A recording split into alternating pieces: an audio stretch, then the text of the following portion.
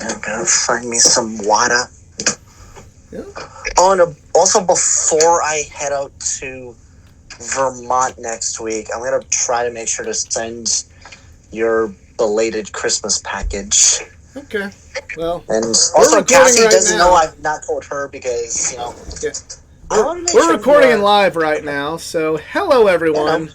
Welcome to this week's edition of the Just Us Marks Wrestling Recap Show. I am the Athletic Geek, joined on the other end of the tin cannon string this week just by Easy. Yo!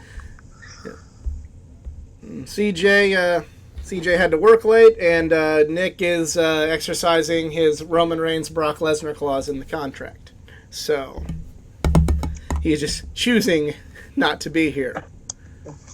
But you're on thin ice, boy. Just kidding. Never seen this show before. This is the Just Us Marks Wrestling Recap Show. I didn't mention CJ because I met her locally, and I mentioned Nick because we went to school together. But I met this guy on the other end of the tin can string at All In. We love wrestling. We love talking wrestling. We love sharing our love of pro wrestling with each and every one of you out there. However, just like each and every one of you out there, we are just fans. Our opinions of that video other fan out there. We avoid insider terms. At the end of the day, we are not wrestlers. We are not insiders. We are just marks. Bunch of fucking marks. And so gonna get this out there for crazy week already with wrestling. Honestly, indeed, yeah, it's like the right people finally in charge of what we want to see, right. And it's not just AEW finally. I am work in progress. I am still, let's say we have Cassie Simmons and Aliyah Bell is watching. Yes, that's my friend Aliyah. What's up? Right now I'm trying to figure out, I still haven't gotten this part down pat, trying to, not... out there for... Oh, yeah, see, that's what I didn't want to do. Wrestling, honestly. See, for our viewers normally, we are on YouTube, but because YouTube hates us, we're on Facebook. I wish I could copy the link to this, but it's not letting me do that. What's up? Oh. Yeah. Right now I'm trying to figure out... and also because I'm not there, I would have tried to get us to, stream on Twitch. It's harder than it looks. Yes, it is. It is very much harder than it looks. You have to install a whole new program, which is really annoying. And no. I just really wish I just really want to forward. Okay, no, I'll forward to Facebook. What the... Alright, so... I want to copy the link. That's what I want to do. So I guess where we're waiting, I'm just going to forward in my 2 cents. It's come to our attention that NXT UK is ending. We're going to get NXT Europe, and there we go. I'm pretty okay now with we're that. cooking with gasoline. We're cooking with propane and propane accessories now. There you go. But anyways, hope NXT Europe is good. Yep, that's all I can say. It should be. I don't really know, other than just being more branched out from the UK, it did I really don't know, how that's been affected. Whoa, they're actually ending it? But, yeah. So, did you watch Raw? Not really, but I saw what happened. Yeah. So real quick, we'll go through Raw results. I really enjoyed Raw this week. I did see Riddle beating up Seth freaking Rollins. Yeah, that wasn't a bad segment. I'm not a Riddle fan, but that was a good segment. Just kind of the...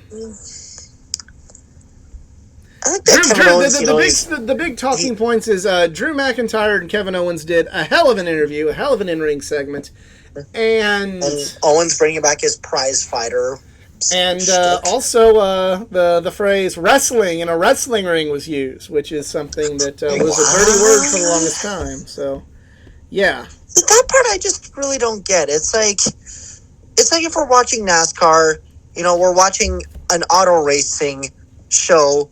But you can't say auto racing. No, this is NASCAR. It was but this is auto racing. No. It's NASCAR. The reason that it happened a long time And ago apple's is, an apple. Vince just felt like there was a negative connotation associated with wrestling, so he's like, "We're not wrestling. We're sports entertainment. We're not doing that, fake fighting, pal. We're entertainers. We're making Okay, then what would we you make call movies." what would you call us podcasters? Basically, like not just us, but everybody else talking about your product. We're wrestling podcasters. Yeah, it's just You know, that was his strategy entertainers. to not make it seem like it was seedy white trash, fake fighting. I'm not saying it's good. But I'm saying Wrestling that's just has how he been around thought. since millennia. If we haven't picked this up by now, Vince McMahon had a lot of quirks, and that was one of them. So, God, I can't wait for the 30 for 30 about him. if there's still going to be one. And the other big highlight for Actually, me Netflix was supposed to do a documentary when that guy canned. Bobby Lashley and AJ Styles had a fucking awesome match. Lashley's doing a hell of a job with that belt. I'm really liking it. And now it feels like it actually means something. So, I think I'll actually finally try to watch SmackDown tomorrow. Just not really just putting it off on purpose. It's just when you're living with a relative, she wants to do something else, and you don't really want to introduce pro wrestling to her autumn life. I get you. Yeah. So the pains of watching, literally, I watched half of AEW on my phone before Grandma went to bed. Right. Well, what do you do? Let's light the fuse and bring the boom. Let's talk Dynamite. This is a good show. It was a good episode. The first thing that you talk about is, CM Punk does an interview, and it's a real good interview with him and Jon Moxley. Go watch it. But I think the one juicy thing we can talk about is it's been rumored on the internet that the reason that CM Punk called out Hangman Page before he started talking about Jon Moxley was because there's actual IRL tension between CM Punk and Hangman Adam Page. So I was wondering, wait a minute, Hangman is okay, let's go for Punk Hangman, but this is new to me. Yeah, I don't know if that's true or if that's just, the internet being the internet, but if it is true, it's going to be really interesting to see how this is handled internally, because this might be one of the first examples of there being some heat in AEW. Yeah, really having two people that don't get along, and one of them was kind of your workhorse guy that, your first real big homegrown star, and the other being arguably the most popular member of the roster. So it'll be really interesting to see how Tony Khan and everybody else handles this, if it is in fact legit. And TK does a pretty good job on hiding a shoot work or work shoots. Yeah, but if you have two guys that hate each other like Sean and Brett do, or did, that may not be good. Did. Other than the fan bases right now, that whole that hatchet's been buried a long time ago. By the way, I know, you have your views with Punk, but what did you honestly think about his promo? So I wanted to ask you, but I know what I want to say. I'm going to say this: if they're not turning him to the bad side, it's a bad promo. It's a good interview if he's turning bad. If he is still going to be the top good guy in the company, CM Punk, then I really don't think him burying the other top guys in the company is really a good way of going about it. Because nothing about that, just even being objective, taking my own dislike of and with my own reasons to personally dislike CM Punk aside, when I see that interview, looking objectively, why should I root for this guy? He's a dick, and it's not me bringing personal feelings of why me thinking he's a dick in real life. He's being a dick on screen, so I'm like, so why should I like this guy? Why should I root for him again? That's my thing. If this is the catalyst to Punk turning, I'm here for it. If it's not, then I really don't like CM Punk going about doing things that way in an interview. I mean, I could go for a bad guy CM Punk. Like, I could really see this happening. And, I was going to say this for probably the end of our Dynamite review, but I'm going to say it now. But I feel like Punk is going to want Cleveland to cheer for Moxley for the main event. Marcel in the chat says, promo between Mox and Punk was fire. Promo and Paid didn't sit right. That's kind of... And even, like also, I said, everything else, if he's not turning to the bad side of things, the whole thing don't sit right with me. I love the fact that when Moxley was coming out, he was just doing, like, snow angels in the ring. It's like, yeah, he's literally bringing in the trope that, sometimes wrestlers take forever getting... And when their entrance music is on, like, no disrespect to Wild Thing, but, we have a show to do. Let's just hurry up with the entrances. This is so CM Punk doesn't take a long time having to go, I'm going to sit on my knee for a minute. I'm going to close the thing. Yeah, so Punk doesn't take forever? Please. Yeah, but this is so fucking funny. Please. Him, like, somewhat singing, like, Wild Thing, like, going groovy, like... Oh, man. That was just a fun promo. Like, that had borderline Punk MJF vibes, but instead... This was better than Punk MJF. I feel like the first Punk MJF promo was extremely overrated, but this was better than that to me. And especially calling Moxley, third best is like, oof. Especially, you wouldn't be the second John Knight defeat in Chicago. It's like, okay. But Moxley's line, the only reason he came to AEW is because you ran out of money. He's like, that. Mm-hmm. I love that. That was brilliant. Yep. Oh, my God. I'm happy those two have fought before. Like, thank God. Powerhouse Hobbs, there's an interview on Ricky Stark, so I'm glad they're they're continuing this program. But now it's time to talk about the highlight of the week. I mentioned how much I loved Bobby Lashley and AJ Styles. Well, for about something better came. Well, for about a day, it was the best match of the week until this match came. I'm not. That's not a downplay on Lashley and AJ because they were great, but. You might be seeing this one come up again at the end of the year. Oh, yeah. Bryan Danielson versus Daniel Garcia, 2 out of 3 falls. Loved it. Go out of your way to watch this one. We finally had the Battle of the Daniels. Well, we had it a couple weeks ago, too, but... Yeah. That was also a great match, but this one topped it, which is... it's always hard My to do only that. con was this, and I know that we were doing a promo with, House of the Dragon, Game of Thrones, and all that, but for me, the casual wrestling viewer, I, for one, just don't give 2 shits about Game of Thrones. The franchise is done. I don't need a spin-off. Let's move along. Unless we can talk about the brilliance of Season 8 and waiting for the incoming triggered fans. And that's synergy. That's sometimes what you need to do, especially if you want to get a good new deal with your network. If we could have a Shark Week on AEW, then I'm begging, let's have a Battle Bots on AEW. Come on. That could happen. I'll be happy with, but other people like the show, and this is synergy with the parent company that you want to get more money from. So. Yeah, even though, they're starting to cancel superhero movies left and right, so now it's... DC fans are really just back on live support now. Yeah. But an HBO show that has never had a bad season? The Sopranos. Yeah, except for the... Forever. Except for the ending of the whole show.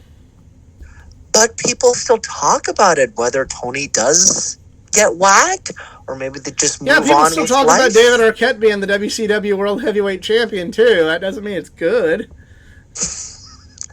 Yeah, see, people talk about that because that was, resulting with the downfall of WCW. Sopranos is just awesome.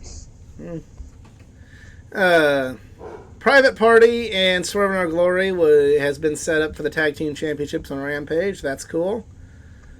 Good to see Private Party finally getting back in the tag team action. Yeah. Moxley came back out and wanted another showdown with Mox, and now that match is going to happen not at All Out, but next week on Dynamite. And where is it happening again? I mean, I want to know. Town's been under construction since 1868. Yeah, because at least we're not Detroit, Cleveland. We're getting All Out, so I'll take this over a pay-per-view. So I'm happy. Okay, yeah, you can have the. I do wonder if now maybe they're going to set up like a triple threat or set up a Hangman rematch for All Out or something, or maybe this will go to a draw. If it goes to a draw, honestly, I would be too pissed. I mean, I just want a good fight. Yeah. We did forget to mention this, and then it kind of comes full circle with this next segment. Garcia seemed to show Bryan some respect and, kind of have some odds with Jericho. So, this I would love to see at All Out, though. Chris Jericho versus Daniel Garcia. I want to see Bryan and Jericho because they've yet to have a okay, good fair match. Point. Because the one match they did have was 5 minutes in the WWE on the original game show version of NXT. So we don't talk about it. Yeah. That literally led to me turning off WWE. It was like, I don't get this at all. The Team WWE, Team Nexus thing is like, that was good, and it was just the wrong guy won. Oh yeah, absolutely. Yeah. Varsity Blondes versus the Gun Club, and the Gun Club squashed them. And then the Gun Club turned on Billy. Daddy ass. Yeah, they turned on Billy, but that's okay because the Acclaimed are back with Billy Gunn. So Scissor Me Daddy Ass is back. I was happy seeing it, but then inside me I was also wondering, where are we going with this? Do we really need Billy Gunn as the Acclaimed's manager? No, they were good together, so I'm not complaining. Although, unless we get Road Dogg and Run DMC to do a D-Generation X remix, then I'll be happy. I'm just saying that as jokes. Jungle Boy segment with Christian. This is another good segment. Tony Storm and Kylan King, they had a good match, but just people weren't really into it, felt like. Mostly because I was like, who the hell's Kylie King? Like, with no disrespect to anyone who does follow her, closely, but I'm like, who is she? And also this is the one thing I'm definitely going to say at the end of the year, but, hey, Tony, do you remember when you actually did, build up video packages for a certain superstar so we could actually start caring about them, like you did with Wardlow and All Out? Please bring those back. Yep. Pretty cool. I mean, hell, I had commitment for one guy that had one match and he was gone, was Kazarni. You remember that weirdo? Or Kazari? Yes. I don't know. Kazarni. Yeah, you had it right first time. Yeah, they had video packages building him up for weeks and weeks. I actually thought this looked entertaining. Then you bring him out, he has one match, wins, and he's gone. Like, the fuck was all that about? Whether or not we care about what's going to happen, give us some video packages. Yeah, we need video packages and vignettes. We need all of that. Vignettes. Okay, yeah, that was the word I was looking for. Yes, vignettes. But so help me God, if you go out Melina on us, I'm going to hunt you down. Or I will personally move the Jacksonville Jaguars myself. Main event. Trios Championship quarterfinals match, because we're starting with the quarterfinals, I guess. Andrade, Rush, and Dragon Lee versus the Young Bucks and their mystery partner. It ended up, I saw the person I've been waiting to see for months and months and months. I was so excited. Like, this just made everything better when the entrance happened and he was there. Michael Nakazawa is back, along with Don Callis. All is right with the world now. And there was one more guy. I mean, I know who it was, but this is your show. He's probably done some stuff in North Carolina. I fuck it, I'll just say it. Kenny Omega is back. All is right with the world. Except I have an opinion. What's that opinion? I think they should have saved this return for Chicago. I mean, just everyone had been building up. Everyone knew. Well, what would they Kenny have done was for the coming trios back. titles then? I mean, like I get what you're saying. I would have liked for them to go in a different direction and then had this, but I kind of see where they're coming from a little bit. And like, what are they going to do with the trios belts? I would have tweaked this a little bit. And look, he has legitimately wrestled, and he may be a stooge, but yes, I would dare say your mystery partner would be Brandon Cutler. Just let him just stand there for just a while, just act, as like the little stooge and all that. Bucks do all the work, and then, Cutler comes in, and he gets squashed and all that, and then Bucks come in, save the day, all is right with the world, and then when it comes to probably either on Dynamite, Chicago, or even Rampage, which honestly, I think maybe it would have been better to do that tournament then, but anyways, that's just me. But then for All Out, then you bring in Kenny Omega, and then you say, Brandon, you're out. Kenny's in. That's how you feel like I do feel like with the way they were hyping this, though, you kind of put yourself in a CM Punk situation where if it wasn't Kenny, there would have been there would have been some mutiny afoot, I believe. I don't know, I just felt like this was maybe too soon, or I was honestly anticipating. Well, and I'm not just saying this for. I'm not just saying this for. And not doing well in the match, so.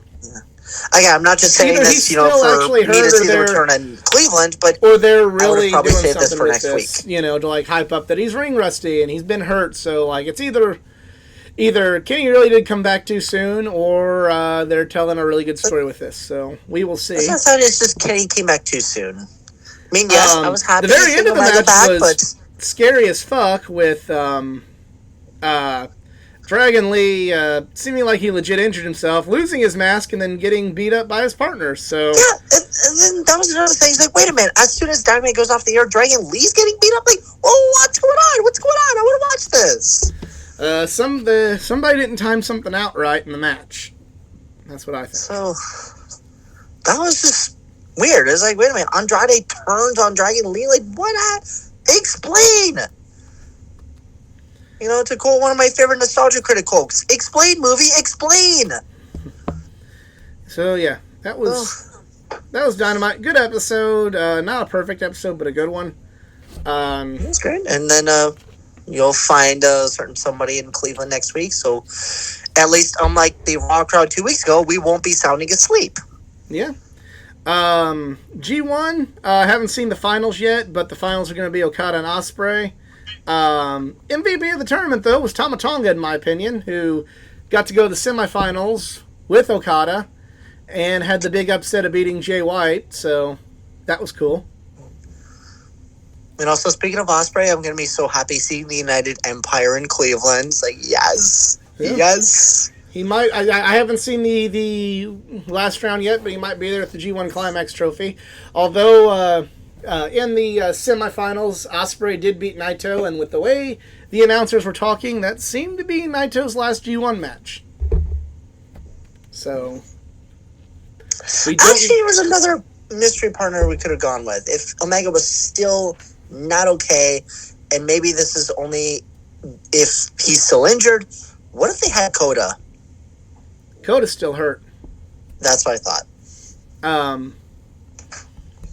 But yeah, Naito possibly wrestling his last G1 match against Will Ospreay. Don't know what the future holds for Tetsuya Naito. Is he looking to move to future endeavors? Pretty much he might actually move to future endeavors if he's not wrestling near the top of the card. I know when Yuji Nagata wrestled his last G1, it was kind of like he still wrestled, but he wrestled like in multi-man matches and some occasional things like when you wrestle your last G1, you're not always necessarily retiring, but you're pretty much you're giving up your spot. It's like saying I'm still going to race, but I'm not racing at the Daytona 500 anymore. Something like that. Mm-hmm. Or you're only just going to race the Indy 500 like TK. Well, only difference is like the G1 is kind of like the Indy 500, so like you're just not going to race much anymore. At least you're going to race significantly smaller events, and yeah. So I don't know what the future holds for Naito. I don't know if that is the end of the road. Do you see him joining WWE or maybe a stint with AEW? Naito is a very, very proud man of New Japan and very, very proud of wrestling in Japan. So unless they really got him with some good money to WWE, I don't see Naito leaving. But if this is the end of the road for Naito, it does kind of suck that, we never really got a true conclusion to his story arc, but Naito's a tragic character, so you don't really get maybe that's just the thing. He doesn't deserve a good ending. Some people have to have bad endings, and it's going to be Naito. So like a similar ending with Omega wrestling his quote-unquote final match in New Japan. Yeah, only this one's a little bit more, like... Kenny wrestled his last match in New Japan, and he just, lost to Tanahashi because that's what you're supposed to do if it's your last night. Naito, like, there was still a lot more on the table of, like, oh, is this going to happen? Is this going to happen? Nobody, especially in New Japan, nobody rides off into the sunset, perfectly. You always you do the thing that Bret Hart didn't want to do, and that's go out on your back. But